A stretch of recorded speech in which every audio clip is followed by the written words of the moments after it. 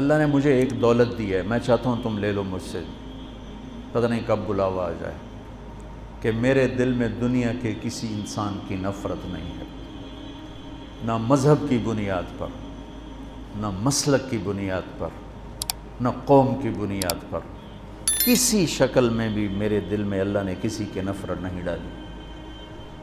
مجھے شراب سے نفرت ہے، شرابی سے نہیں، زنا سے نفرت ہے، زانی سے نہیں، جھوٹ سے نفرت ہے، جھوٹے سے نہیں، مجھے غلط عقائد سے نفرت ہے، غلط عقیدے والے سے نہیں۔ بغض للہ، البغض للہ، جس کو کہتے ہیں البغض للہ، مجھے سب سے محبت۔ ایک اہل حدیث خطیب آ گئے، کہا جی ایک بات پوچھنے آیا ہوں، سچ بولنا جھوٹ نہ بولنا۔ میں بڑا حیران ہو گئی، سچ بولنا، پہلی امتحان لینے پہ سچ بولنا جھوٹ نہ بولنا۔ میں نے کہا جی فرماؤ۔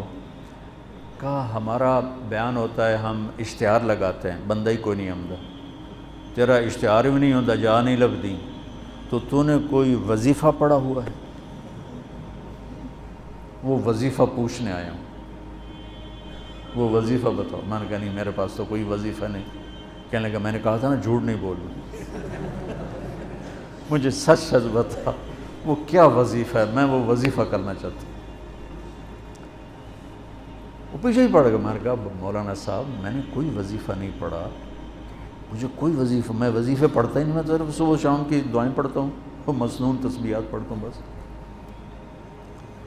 جو زیادہ پیچھے پڑ گیا، میں نے کہا ایک وظیفہ ہے، سب سے محبت کرو، سارے ہی آ جائیں۔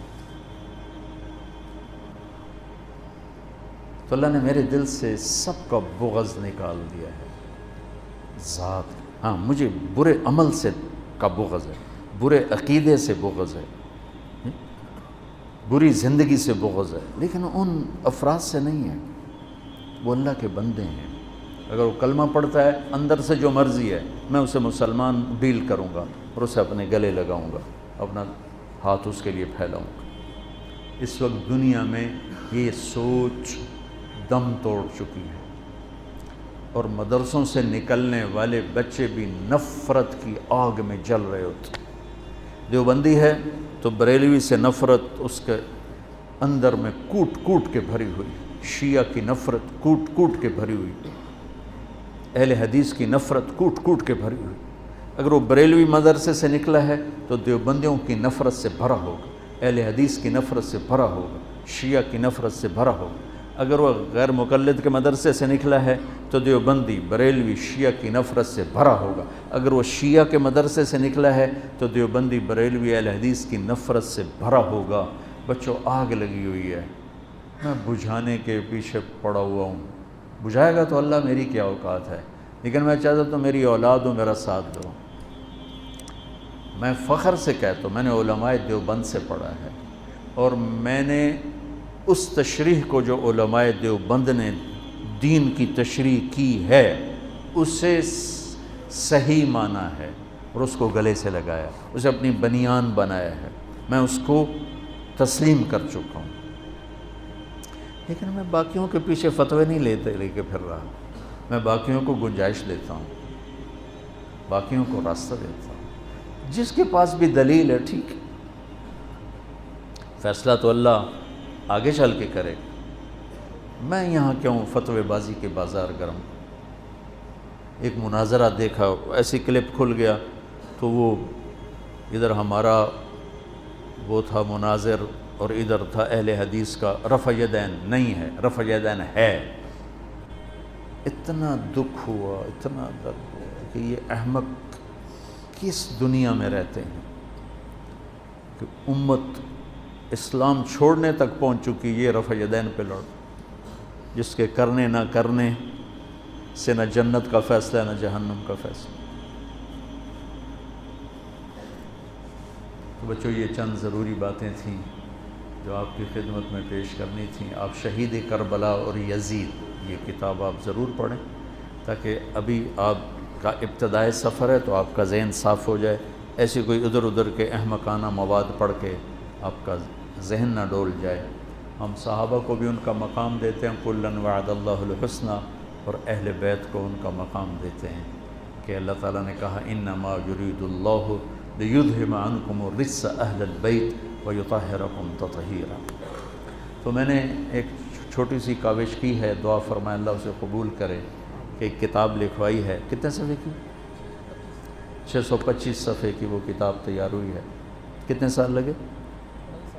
2.5 سال میں وہ کتاب تیار ہوئی ہے، کہ مواد ہی نہیں ملتا تھا۔ میں کہا شاید ہم یہ جب اللہ مجھے بلائے تو میں اللہ اس کے رسول کو یہ تحفہ پیش کروں کہ آپ کی اولاد کے لیے میں یہ نذرانہ لایا ہوں، اور تو میرے پاس کچھ ہے نہیں، آپ کے در کا مراسی بن کے مرنا چاہتا ہوں، آپ کی اولاد کے تذکرے کرتے کرتے مرنا چاہتا ہوں، ان کی محبت اور عشق میں مرنا چاہتا ہوں۔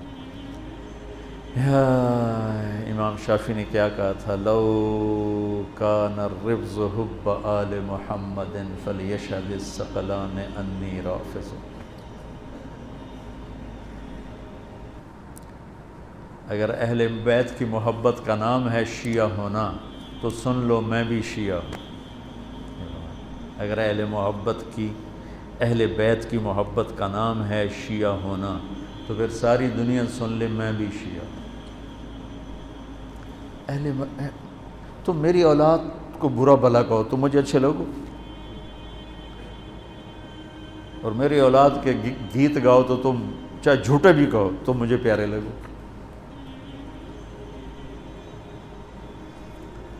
تذکری ہمارے کو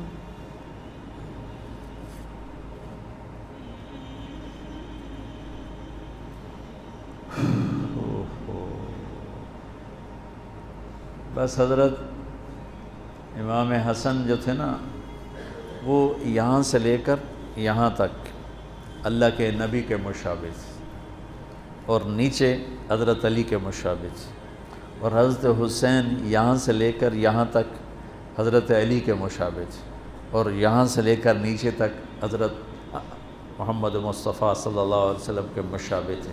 اس مشابہت کی وجہ سے اللہ کے نبی فرمایا کرتے تھے حسن میرا بیٹا ہے اور حسین علی کا بیٹا ہے۔ تو اللہ نے حضرت حسن کو ذہن فطانت بھی نبوت والا دیا تھا۔ بہت عجب، بہت عجب۔ پڑھو ان حضرات کی سیرت پڑھو، بہت کچھ اللہ نے مجھے موقع، جب میں کبھی پڑھتا تھا مجھے اللہ نے خوب موقع دیا، اور میں نے یہ چیپٹر کافی محنت کے ساتھ پڑھا۔